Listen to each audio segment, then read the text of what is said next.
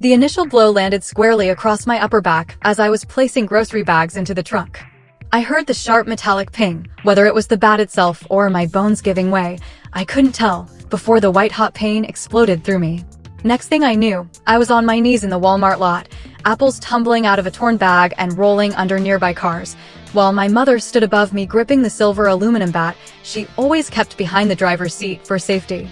"You really thought you were smart, didn't you?" She spat, lifting the bat higher. "Running your mouth to that teacher about the marks on your arms. Did you honestly believe I wouldn't hear about it?" The second strike slammed into my lower back. I let out a ragged scream and tried to scramble away on the hot pavement, but she kept pace, eerily composed, almost clinical. The lot was almost deserted for a Saturday. I later found out she had waited deliberately for the midday slump when the crowd thinned out and most people were inside eating lunch. "Mom, stop, please," I choked out the words, clawing toward the undercarriage of our car for cover. I never said anything to anyone. Except I had. Coach Ramirez had seen the purple fingerprints circling my biceps during gym class, and at 16, I was simply too exhausted to keep inventing stories. Too worn down to pretend that my mother's explosions were normal, that her corrections were just tough love, that the things done to me inside our house were somehow earned. The third blow cracked across my ribs. The fourth crushed into my hip. I started counting them in my head, some strange instinct forcing me to track the damage as it piled up. 5 across my spine. 6 against my thighs when I tried to drag myself farther. 7, 8, 9, each impact deliberate, carefully placed, never to the head, never anywhere that would kill outright. My mother was an RN. She understood anatomy the way other people understand recipes.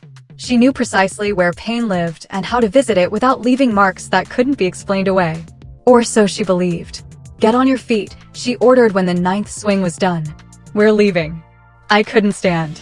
My legs felt like they belonged to someone else. When I tried to push up with my arms, lightning shot through my back and I collapsed again, cheek scraping the asphalt. I said get up. She seized my wrist and yanked. My howl of agony finally seemed to register. The bat clanged to the ground as she dropped to her knees beside me, her whole posture flipping like a switch. "Oh my God, sweetheart, what happened?" Her voice instantly softened into frantic worry. "Did you trip? Those stupid shopping carts are everywhere." There were no shopping carts anywhere near us. We both knew it, but the script was already forming, the cover story sliding into place to explain why her daughter was now sprawled bleeding on the ground. A woman pushing a cart full of bags came out of the automatic doors, spotted us, and hurried over. "Is everything all right? Do you need me to call an ambulance?" "Yes, thank you so much." Tears appeared in my mother's eyes on cue. She fell off her bike. I'd just gone inside for a minute and came back to find her like this. My poor clumsy kid, she's always hurting herself somehow. I opened my mouth to say there was no bike, but my mother's hand settled on my shoulder and squeezed hard, a silent threat dressed up as comfort. The woman was already dialing 911, repeating the bicycle story to the dispatcher. Paramedics got there fast. While they eased me onto a stiff board and secured the straps, I listened to my mother weave the tale thicker. She was trying tricks in the parking lot. I've told her 100 times it's dangerous, but teenagers, you know how they are. I was only inside for a second and this happens. She must have been trying to jump something. "Where's the bicycle?" one of the medics asked, scanning the rows of cars. My mother didn't hesitate. Some boys grabbed it and took off. Can you imagine? Leaving her lying here injured and just stealing the bike. At the hospital, the performance never faltered.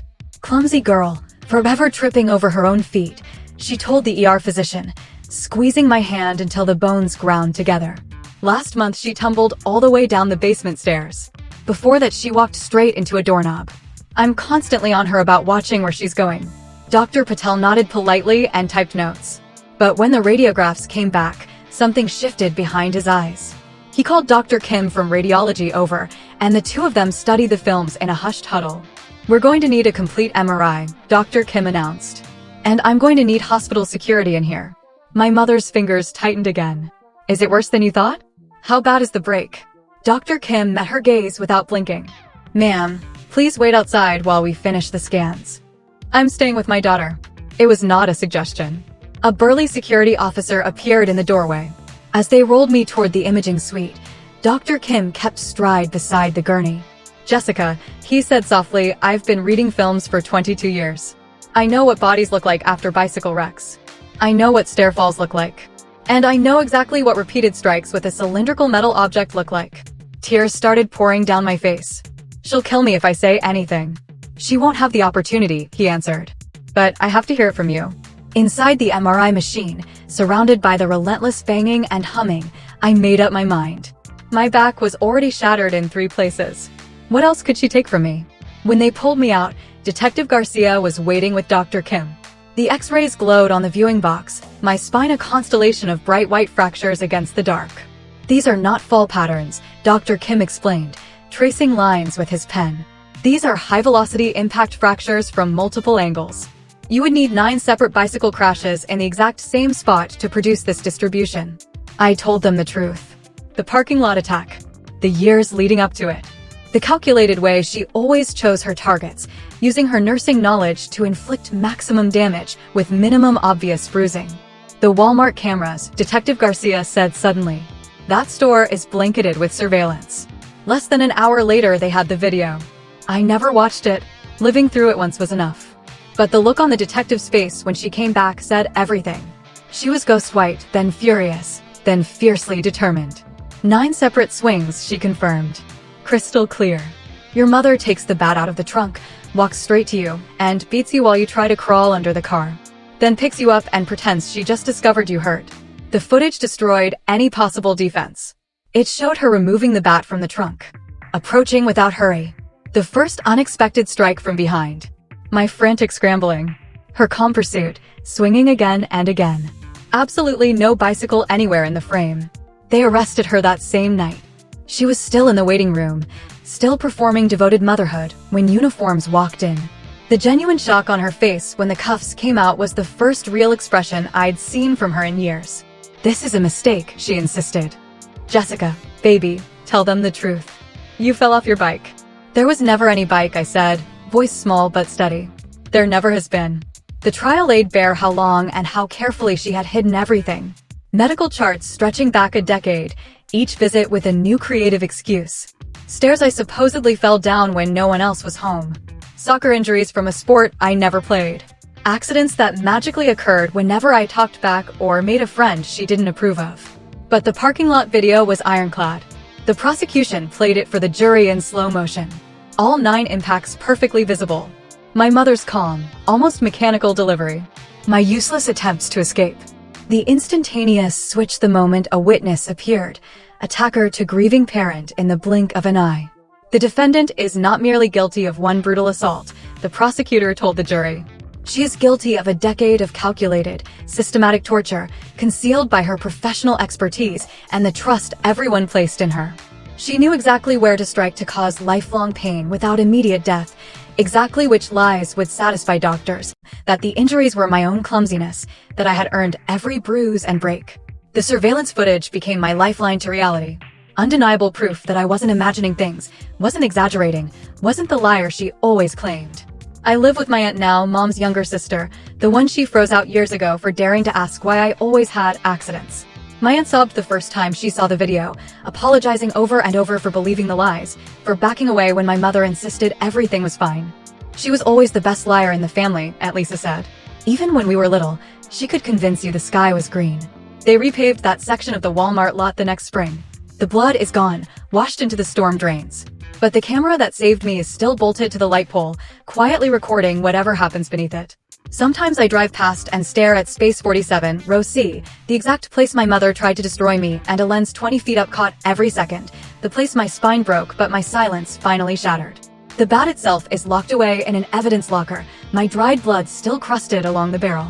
She had kept it in the trunk for over 2 years, she admitted on the stand, waiting for the perfect moment. The day I finally spoke to a teacher about the bruises was that moment. She was certain the empty lot would hide her.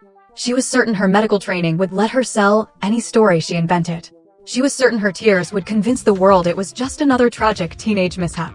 She never once considered the cameras. Those quiet, impartial eyes on every pole, capturing truth in perfect silence. 9 swings of an aluminum bat, preserved forever in crisp 1080p.